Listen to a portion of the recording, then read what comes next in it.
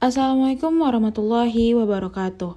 Kami dari kelompok 1 yang beranggotakan Koko Septiawan Hadi, Susilawati, dan Rahmazar Oktavia akan mempresentasikan hasil diskusi kami tentang hakikat guru.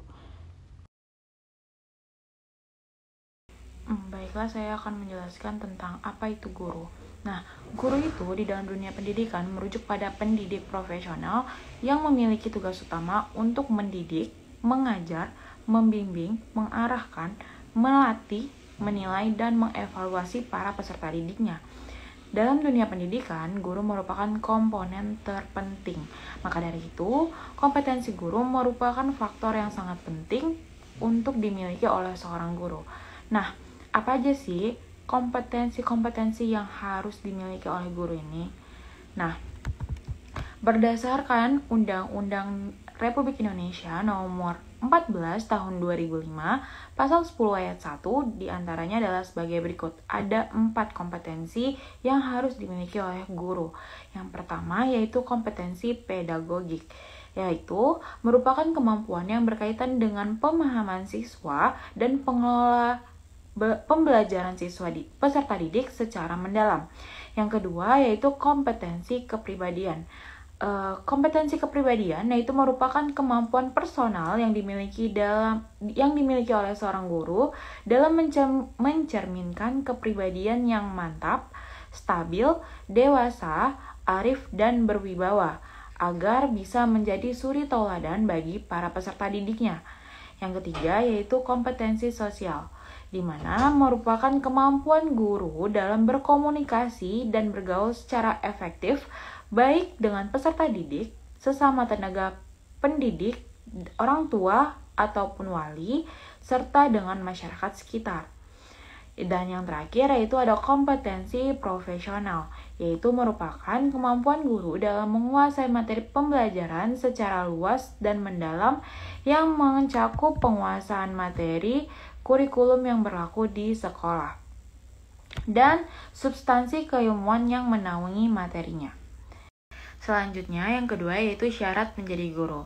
Nah, berdasarkan Undang-Undang Nomor 20 Tahun 2003 dan Peraturan Pemerintah Republik Indonesia Nomor 19 Tahun 2005 Bab 6 tentang Standar Pendidik dan Tenaga Kependidikan Pasal 28 menetapkan ada beberapa syarat-syarat yang harus dimiliki oleh seorang guru. Yang pertama, guru harus memiliki kualifikasi akademik dan kompetensi sebagai agen pembelajaran, sehat jasmani dan rohani, serta memiliki kemampuan untuk mewujudkan tujuan pendidikan nasional.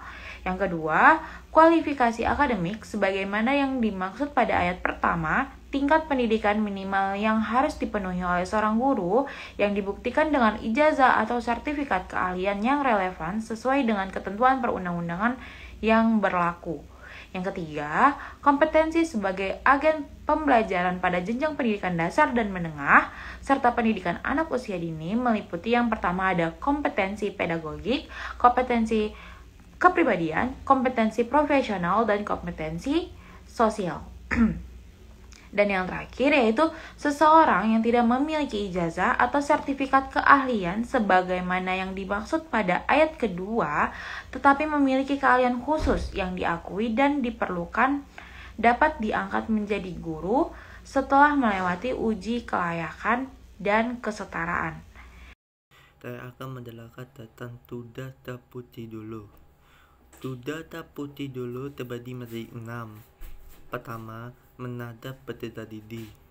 Seolah dulu bertanggung jawab untuk menadakan suatu ilmu kepada peserta didiknya. 2. Melatih peserta didik. Seolah dulu sudah memiliki tugas untuk melatih para muridnya agar memiliki keterampilan dan ketakapan dasar. Tidak memberikan dorongan pada murid. Memberikan dorongan pada muridnya agar dapat termotivasi dan berusaha keras untuk lebih maju lagi. 4. Mendidik para murid. Kegiatan mendidik adalah bertujuan untuk merubah tingkah laku murid menjadi lebih baik. 5. Membimbing dan menarasikan. Seolah dulu petanggung jawab untuk membimbing dan menelaka anak didina ada tetap berada pada jalur yang tepat. 6. Memberikan penilaian kepada para murid. Dulu memberikan penilaian kepada murid untuk menetapkan kualitas hasil belajar. Di sini saya akan menjelaskan mengenai status, peran, dan kedudukan guru. Dalam ilmu sosiologi, biasa ditemukan kata status, bahkan biasanya dikatakan peranan. Status biasanya dikaitkan dengan peringkat atau posisi seseorang di dalam sebuah kelompok dan posisi di sebuah kelompok dalam kelompok lain. Sedangkan peranan adalah suatu perilaku yang diinginkan seseorang yang memiliki status tertentu. Guru adalah sosok status dalam masyarakat, yang dengan statusnya, masyarakat sangat mengharapkan peran-peran yang muncul dari status tersebut. Guru mempunyai sebuah kedudukan sebagai tenaga profesional pada jenjang pendidikan dasar, pendidikan menengah, dan pendidikan anak usia dini pada jalur pendidikan formal yang diangkat sesuai dengan peraturan perundang-undangan. Berikut status peran dan kedudukan guru.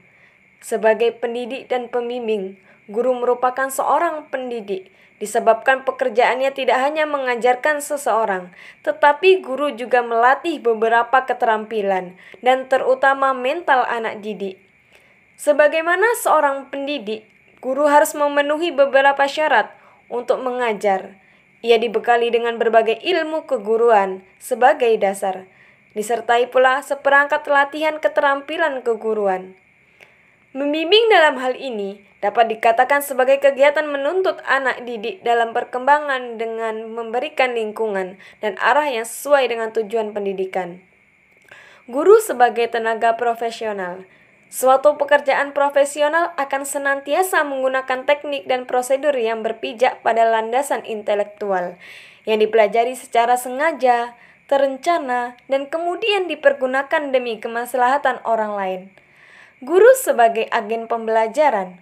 Undang-Undang Guru dan Dosen pasal 2 ayat 1 berbunyi, guru mempunyai kedudukan sebagai tenaga profesional pada jenjang pendidikan dasar, pendidikan menengah, dan pendidikan anak usia dini, dan pada jalur pendidikan formal yang diangkat dengan perundang-undangan.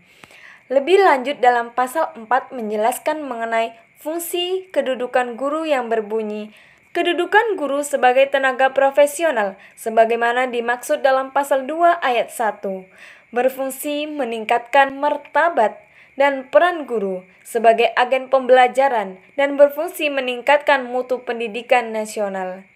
Penjelasan pasal 4 dalam undang-undang ini menyebutkan bahwa yang dimaksud dengan guru sebagai agen pembelajaran atau learning agent adalah peran guru antara lain sebagai fasilitator, motivator, pemacu, perekayasa pembelajaran, dan memberi inspirasi belajar bagi peserta didik.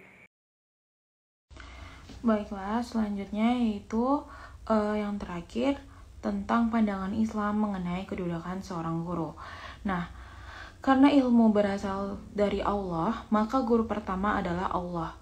Pandangan demikian melahirkan sikap pada orang Islam bahwa ilmu itu tidak terpisah dari Allah. Ilmu tidak terpisah dari guru. Dengan demikian, kedudukan guru amat tinggi dalam Islam. Alasan lain mengapa guru mendapat kedudukan mulia dalam Islam adalah terkait dengan kewajiban menuntut ilmu bagi setiap muslim. Proses menuntut ilmu berlangsung di bawah bimbingan guru. Tanpa guru, sulit rasanya peserta didik bisa memperoleh ilmu secara baik dan benar. Itulah sebabnya kedudukan guru sangat istimewa dalam Islam. Bahkan dalam tradisi tasawuf atau tarekat, dikenal ungkapan siapa yang belajar tanpa guru, maka gurunya adalah setan. Kedudukan guru yang istimewa ternyata berimbang dengan tugas dan tanggung jawabnya yang tidak ringan. Seorang guru agama bukan hanya sekedar sebagai tenaga pengajar, tetapi sekaligus sebagai pendidik. Dengan kedudukan sebagai pendidik, guru berkewajiban untuk mewujudkan tujuan pendidikan Islam, yaitu mengembangkan seluruh potensi peserta didik agar menjadi muslim yang sempurna. Untuk mencapai tujuan ini, guru harus berupaya melalui beragam cara seperti mengajar, melatih, membiasakan, memberi contoh, memberi dorongan, memuji, menghukum, dan bahkan mendoakan. Cara-cara tersebut harus dilakukan secara sungguh-sungguh dan konsisten. Suatu tugas yang sangat berat. Sekian presentasi kami tentang hakikat guru. Jika ada kesalahan mohon dimaafkan. Wabillahi taufiq wal hidayah. Wassalamualaikum warahmatullahi wabarakatuh.